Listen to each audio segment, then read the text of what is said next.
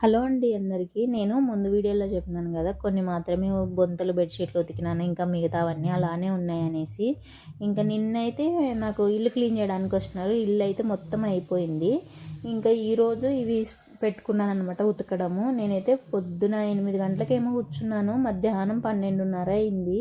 అంతసేపు పట్టినాయి నాకు అవన్నీ ఉతుక్కునే లోపు. కానీ మనం ఉతుక్కోవాలి కాబట్టి తప్పదు. ఇంకా సాకులమ్మకు చెప్తే ఆ సాకులమ్మ నాకు ఎక్కడ కనిపించలేదు. చెప్దాము పిలుద్దాము అనుకున్నాను.